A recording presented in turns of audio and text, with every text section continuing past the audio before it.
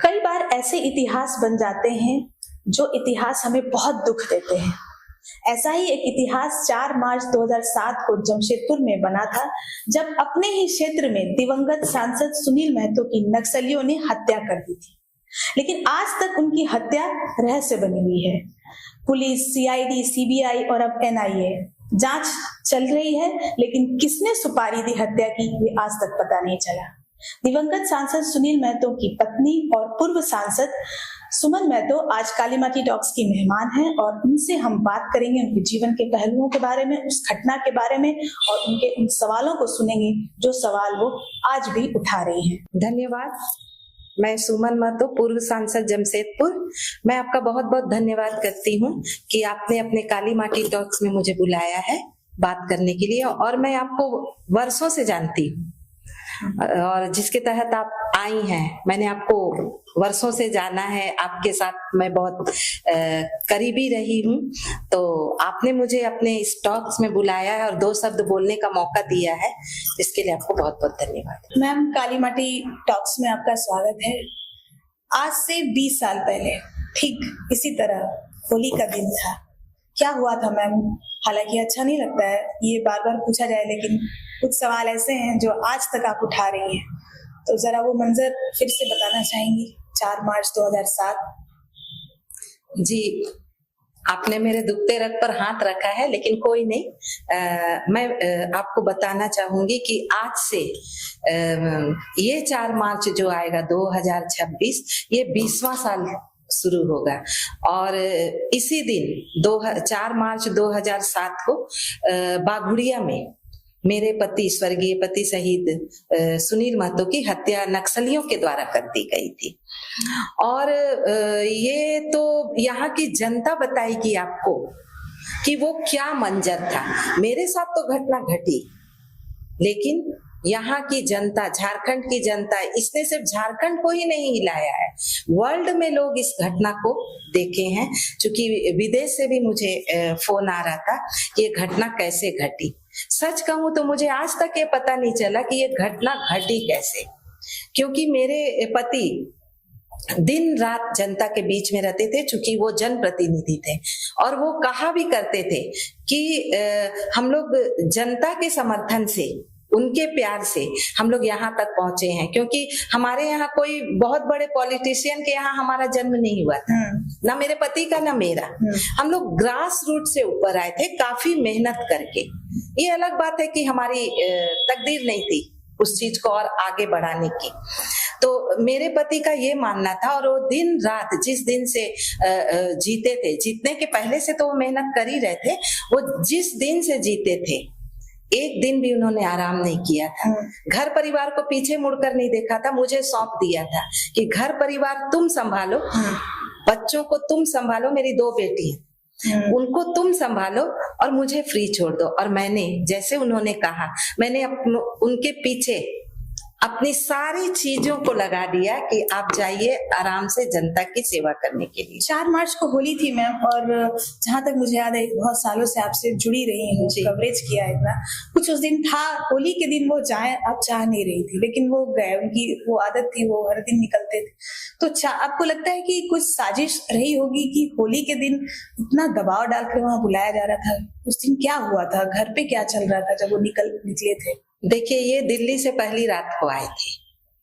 पहली रात को ये दिल्ली से आए थे, और ये कभी लेट नहीं उठते थे सो के, क्योंकि ये भोर भोर को घर घुसे थे। तो मैं भी बोली कि चलो होली है, कहीं नहीं जाना है, तो इनको आराम करने दिया जाए। लेकिन मेरी दोनों बच्चियां थी, जिसमें एक 1.5 साल की थी मेरी छोटी वाली बच्ची, तो वो पापा पापा करके इनके ऊपर कूद रही थी, कूद कूद के खेल रही थी। ये बहुत अच्छे तरीके से उठे और उठकर दोनों बच्चियों को लेके मार्केट गए, वहां से कलर खरीदे और जो भी मीठा वगैरह लेना था लिए और घर आए। मेरे सामने इनका 2 मोबाइल था, दोनों स्विच ऑफ था। अच्छा, उस वक्त घर में भी? तो मुझे इसकी जानकारी नहीं थी कि कहाँ से फोन आ रहा नहीं आ रहा। अब ये बाहर जाकर फोन ऑन किए होंगे, तो वहां सैकड़ों कॉल थे जिन्होंने इनको बुलाया था। अच्छा, सैकड़ों कॉल थे कि आपको आना होगा, आना होगा, आना होगा करके। और ये बातें ये अपनी माँ को बोले थे कि देखो मुझे जाने की इच्छा नहीं है, मुझे आज की रात फिर ट्रेन पकड़कर कोलकाता जाना है और वहां से मुझे दिल्ली जाना है। तो वहां अपनी माँ को बोले कि मुझे मतलब बुला रहे हैं, मुझे जाने का एकदम मन नहीं है। लेकिन क्या बात ऐसा हुआ आज तक मैं नहीं जान पाई कि इतना मतलब प्रेशर दिया गया कि ये हमको ये बोल के गए, ये नहीं बोले कि ये बागुड़िया जा रहे हैं। अगर ये बोलते तो मैं जरूर लड़ती, क्योंकि सारे लोग अपने परिवार में त्योहार को मनाते हैं, तो हम लोग तो कभी इतना जिद नहीं करते हैं। जनता की सेवा के लिए जाते हैं जब, तो कभी जिद नहीं किया। लेकिन कभी कभी हम जब परिवार से जुड़े हुए हैं तो हमको भी लगता था कि मेरे पति भी रहें, बच्चों के साथ रहें और हम लोग त्योहार को मनाएं। ये मुझे गलत बता कर गए थे। क्या बताया? ये बोल कर गए थे मुझे कि इस ऑफिस में जहां मैं और आप अभी बैठे हैं, इस ऑफिस में मैं जा रहा हूँ क्योंकि वहां जनता आएगी मुझसे मिलने के लिए, मैं उनको शुभकामना देकर वापिस आ जाऊंगा और तुम चाय बनाकर रखना और 5 बजे मैं यहाँ आऊंगा और हम लोग साथ चाय पियेंगे, फिर अच्छा अच्छा खाना बनाना और रात की ट्रेन से मैं कोलकाता जाऊंगा और सुबह दिल्ली में परम आदरणीय हमारे गुरुजी शिबू सोरेन जी का डेट था। तो मतलब आप वो बोले कि यहाँ आ रहे हैं, यहाँ कदमा ऑफिस। आप लोग कहाँ थे? गमरिया में रहते थे हम लोग। तो ये हो गया जब और मुझे बोले कि तुम रेस्ट करो, तुम थोड़ी देर लेट जाओ करके, और मुझे लेटा के गए। मैं रोज इनको सी ऑफ करने जाती थी। उस दिन मैं नहीं गई सी ऑफ करने के लिए, दोनों बच्चियों को लेकर गए, उनको मीठा दिलाया, चॉकलेट दिलाया, सब दोनों बच्चियों ने ही सी ऑफ किया उनको। और मैं सो रही थी। आप बोलिए मैं कभी दोपहर को सोती नहीं हूँ। एक काल निद्रा जो बोलते हैं ना, उसने मुझे घेर लिया। शायद ये घटना होने वाली थी, प्रारब्ध था ये ऐसा होना। हाँ, काल निद्रा। मैं एकदम बेखबर सोई और ठीक देखिए ये घटना वहां घट चुकी है। बाद में मुझे पता चला उनकी जान चली गई है और एक काल निद्रा मेरी टूटी। और मैं सेकंड फ्लोर में थी, वहां से मैं नीचे आई, फर्स्ट फ्लोर में आई और हॉल में आकर मैं बैठी और ऐसा लग रहा था कि कुछ अंदर से निकल रहा है कि कहीं रोक लेते उस दिन या ऐसा कुछ नहीं। उस समय तो मुझे पता नहीं था, मुझे घबराहट हो रही थी बिना किसी वजह की, क्योंकि वहां उनकी जान चली गई थी, इंट्यूशन हो रहा था। हाँ, बहुत ज्यादा घबराहट। तो मैं अपनी माँ से बोली, मेरी माँ थी वहां, मैं अपनी माँ से बोली मुझे बहुत घबराहट हो रही है, ये देखो ना 5 बज गया, ये आ क्यों नहीं रहे। तो मेरी माँ ने मुझे कहा कि तुम कभी सोती नहीं हो दोपहर को, तो इसीलिए ऐसे है, मुंह हाथ धो लो और चाय में इंतजार करो उनका। 5 बजे बोले, 5 तो बज रहा, वो आते ही होंगे। मैंने कॉल किया, कोई रिप्लाई नहीं, कोई रिप्लाई ही नहीं था। उसके बाद मुझे कोई मेरे अपने लड़के ने फोन किया, बोला भाभी मतलब भैया कहाँ गए। तो मुझे तो यहाँ बोल के आए थे कदमा ऑफिस। मैं बोली कदमा ऑफिस में है, आप जाइए। उसने फोन रख दिया और ये टीवी में चल चुका था, नीचे और सारे गार्ड्स थे, उन्होंने टीवी बंद करके रखा था कि मैडम को ये नहीं बताना है करके, किसी ने मुझे नहीं बताया। तो जब उस लड़के ने मुझे 4-5 बार कॉल किया, तब मैं थोड़ा ये हुई, तो मैं बोली आप क्यों इतनी बार एक क्वेश्चन को कर रहे हो, क्या बात है, जाइए ना वहां पर। तब उस लड़के ने बोला कि भाभी भैया घाटशिला गए हैं और घाटशिला में किन्हीं के साथ इनकी बहस हो गई है। अच्छा, ये भी बताया। तो मैं बोली कि देखिए नेता लोग में तो होता ही है बहस किसी चीज को लेके, ये एक दूसरे से बहस करेंगे और फिर जाके ये मिल जाएंगे आपस में, तो आप इन बातों को छोड़ दीजिए, वो लोग अपनी बात है अपने समेट लेंगे करके। उस लड़के ने फोन रख दिया, उसकी हिम्मत नहीं हो रही थी, वो जान गया कि मुझे कुछ नहीं पता है। फिर उसने कॉल किया। जब उसने 5वीं बार कॉल किया ना, तो मैं झुंझला। मैं बोली बात क्या है, आप मुझे साफ साफ क्यों नहीं कहते हो कि क्या हुआ। अगर वहां किसी से बहस हो रही है तो कोई ऐसी बात तो नहीं है, या मैं जाती हूँ वहां घाटशिला। तब उन्होंने अपने दिल को बहुत कठोर करके बोला, भाभी एक बात आप ध्यान से सुने, घबराए नहीं, कि घाटशिला में नक्सलियों ने भैया के दाएं पैर में गोली मारी है। अच्छा। हल्का पुल्का, मैं चीखना शुरू कर दी, क्योंकि मुझे ये पूरा पता था, मैं भी अखबार में पढ़ती थी कि नक्सली किसी को हल्का फुल्का गोली नहीं मारते। ये तो मैं पढ़ के जानती थी अखबार में कि वो कोई प्रूफ नहीं छोड़ते। तो मैं बोली हल्का फुल्का मुझे कुछ नहीं पता, मैं जैसे थी मैं अपने ड्राइवर को खोज रही थी। उनका ड्राइवर अलग था, मेरा ड्राइवर अलग था। तो सारे लोग तो भागे हुए थे TMH या कहीं पता नहीं किस हॉस्पिटल में। मैं क्या की, एक करके एक वही गांव का ही एक लड़का था, उनको मैं बुलाई, जबकि वो भी मेरे सामने रो नहीं पा रहा था, लेकिन वो गाड़ी लेकर मेरे साथ TMH आया। जिस लड़के ने मुझे खबर दी उसने कहा कि भाभी उनको TMH लाया जा रहा है ट्रीटमेंट के लिए। फिर हम लोगों ने आपको देखा, हम वहाँ थे, हम चैनल में थे जी। हम लोग MGM से TMH के बीच दौड़ भाग कर रहे थे कि कहाँ आएगा पता नहीं था, क्योंकि 2 और लोग जो सिक्योरिटी गार्ड थे, अंगरक्षक भी मारे गए। प्रभाकर महतो जी थे। फिर हम लोग TMH आए और वहाँ पर उनका फिर आप आई थी, तो फिर मुझे तो बंद कर दिया गया एक कमरे में। सारे लोग आते जाते थे, मैं सबसे पूछती थी, लेकिन किसी ने मुझे कुछ नहीं बताया। एक मेरे धर्म भाई हैं यहाँ, वो भी शांत से बैठे थे, उम्र में मुझसे काफी बड़े हैं, और ऐसे तो रिश्ते में भाई हैं, लेकिन वो मुझे बेटा ही कहकर पुकारते हैं। तो जब मैं वो भाभी जल्दी कहीं नहीं निकलती हैं, वो मुस्लिम परिवार से हैं, नकाब में रहती हैं। जब मैं देखी कि भाभी का नकाब उठा हुआ है, तब मुझे कुछ अंदेशा हुआ। फिर भी ये अंदेशा नहीं था कि मेरे पति की जान चली गई। तब मैं वो आके मुझे पानी उनी पिलाने लगी कि बेटा पानी पियो, उनको लाया जा रहा है एक करके। तब मैं बोली कि भाभी आप बात बताओ, हुआ क्या है इनको, आपके भैया को। बोले आप बैठो ना, पानी उनी पियो, लेटो, भैया को ला रहे हैं। बाहर तो बंद है, मुझे कुछ पता ही नहीं चल रहा कि बाहर हो क्या रहा है। मैं सबसे पूछते पूछते थक गई, और थकने के बाद मैं शांत होकर बैठ गई थक कर कि अब देखती हूँ कौन क्या हुआ एक करके। उसी बीच में सारा कुछ तो हो गया था। वही भैया, मेरे भैया, उनसे बर्दाश्त नहीं हुआ, और बोले कौन, मुझे बताए कौन कि मेरे पति नहीं रहे। किसी की हिम्मत नहीं थी। तो वो भैया आए और मुझे गले से लगाया और यही बोले कि तुम जिसका इंतजार कर रही हो फिर कभी लौट के नहीं आए। तो चलो तुम बहुत मतलब क्या बोले, समझदार हो, चलो जो हो गया सो हो गया, अब तुम घर चलो। आप बहुत हिम्मती हैं सुमन जी, और हमें बहुत दुख होता है। हम हर साल इस सवाल को उठाते हैं, चाहे हम जहाँ भी काम कर रहे हो, और आप हर साल इस सवाल को हमेशा उठाती रही हैं। और आज भी मेरी यही कोशिश है कि आपको दुखी करना मकसद नहीं है, बस ये कोशिश है कि जो सवाल आप उठाती आ रही हैं, आप इस बार काली माटी टॉक्स के माध्यम से फिर उस सवाल को उठाएं। 2007 में ये हत्या होती है 4 मार्च, आज इस बार फिर 4 मार्च को बोलिए, 2026 आ गया, 20 साल हो गए। पुलिस, CID, CBI, NIA 2017 में जो मुख्य आरोपी नक्सली राहुल है, जिसके दस्ते ने इस घटना को अंजाम दिया था, वो सरेंडर कर देता है बंगाल में सरेंडर पॉलिसी के तहत न्यायिक हिरासत में नहीं भेजा जाता है, जैसी जानकारी हमें बताई जाती है।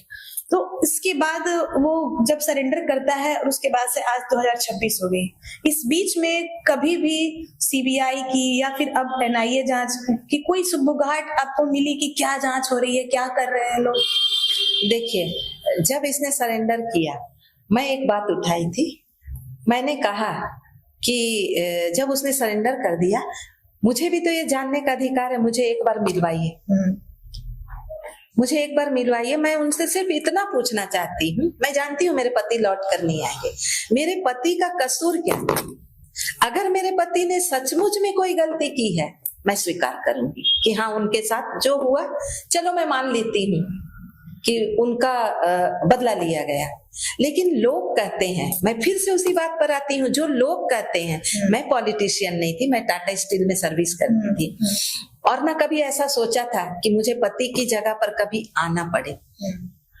तो मैं बोली कि जब लोग कहते हैं, जनता कहती है कि ऐसा सांसद ना कभी हुआ था ना कभी होगा, तो मैं भी तो जानूं कि मेरे सांसद पति ने ऐसी क्या गलती की थी जिसकी इतनी बड़ी सजा कि मुझे विधवा बना दिया गया।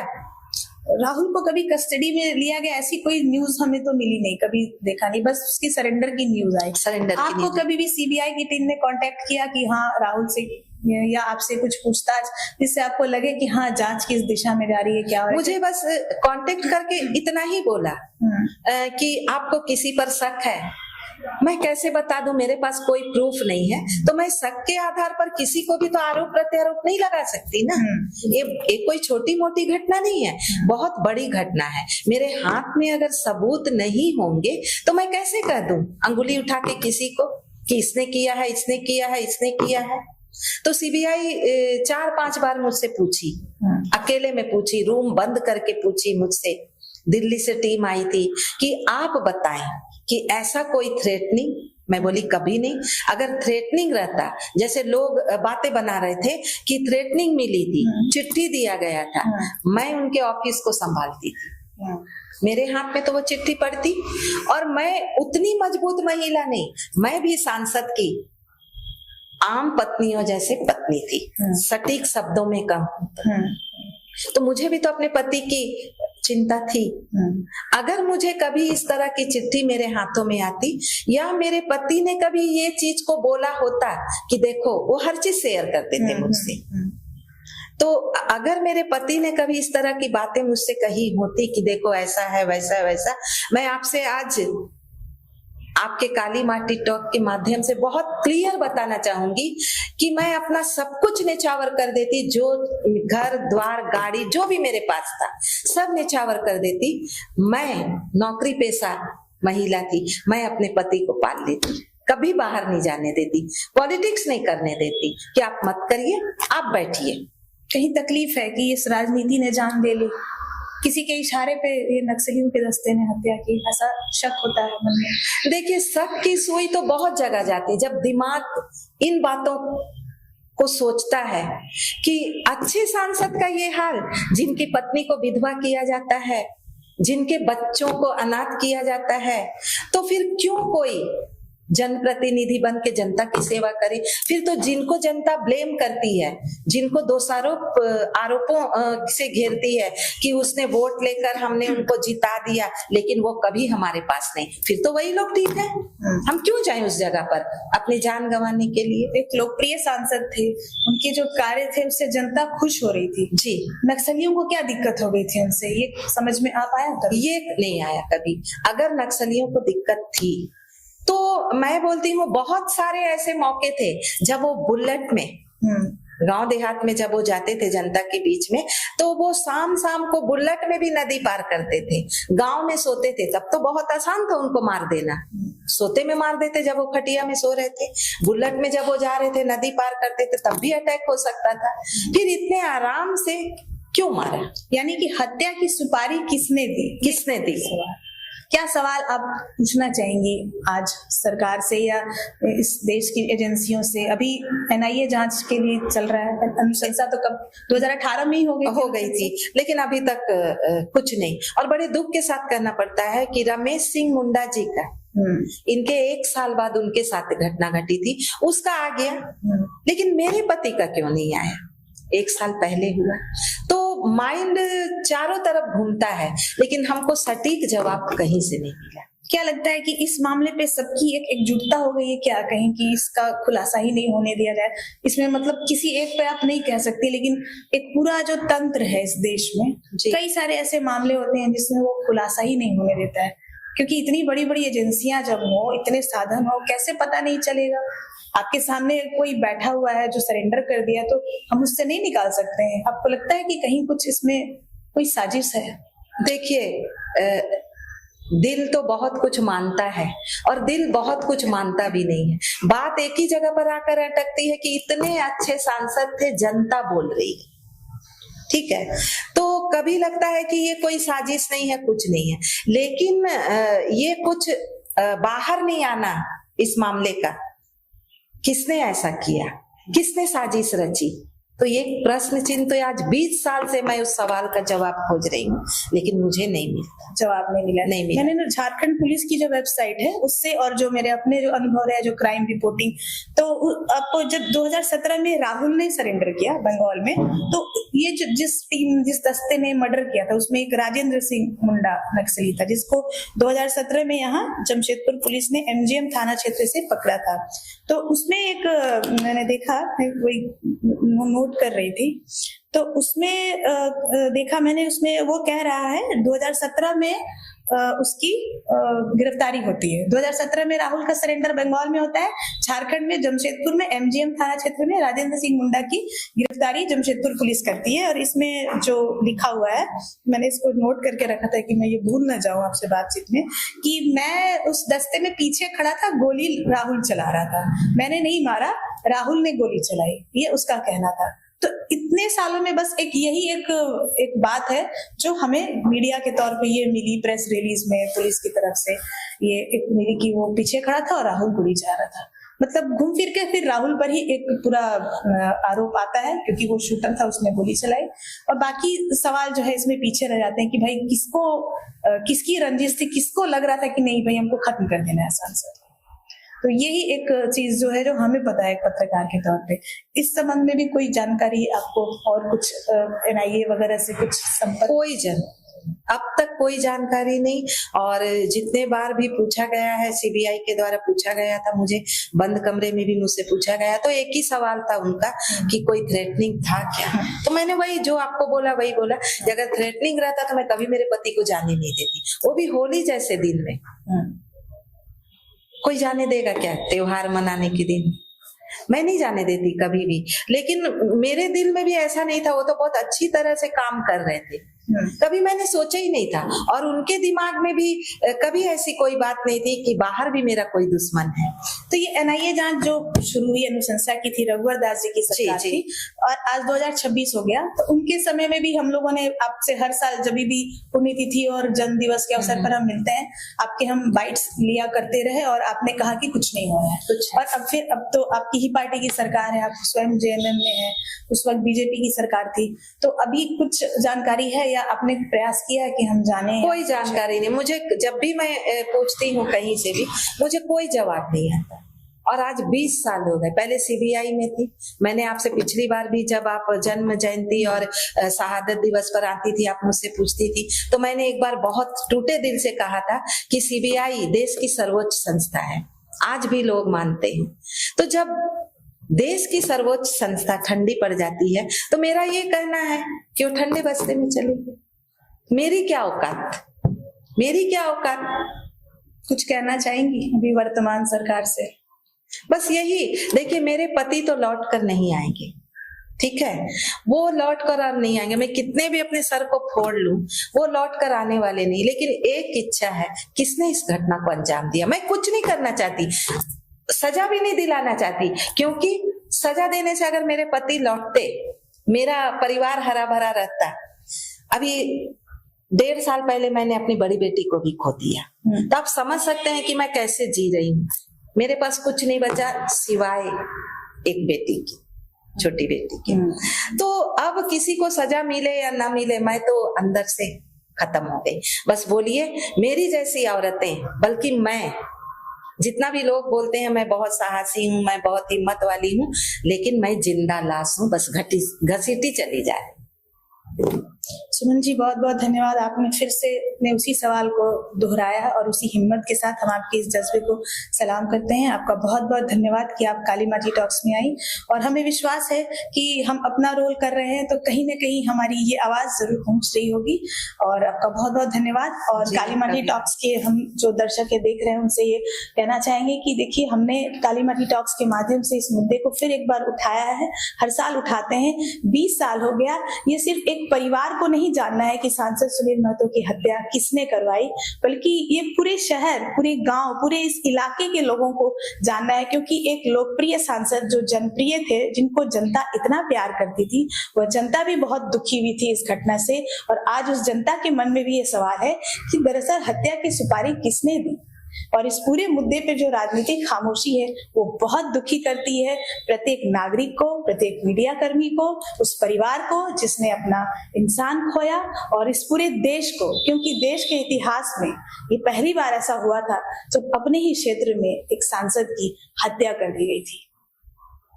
मुझे विश्वास है कि आज का ये पॉडकास्ट आप लोगों को पसंद आया होगा, और हम ऐसे ही जो है सवाल उठाते रहेंगे। आप देखते रहिए काली माटी टॉक्स, लाइक सब्सक्राइब जरूर करिएगा और कमेंट कीजिएगा कि आपको ये एपिसोड कैसा लगा।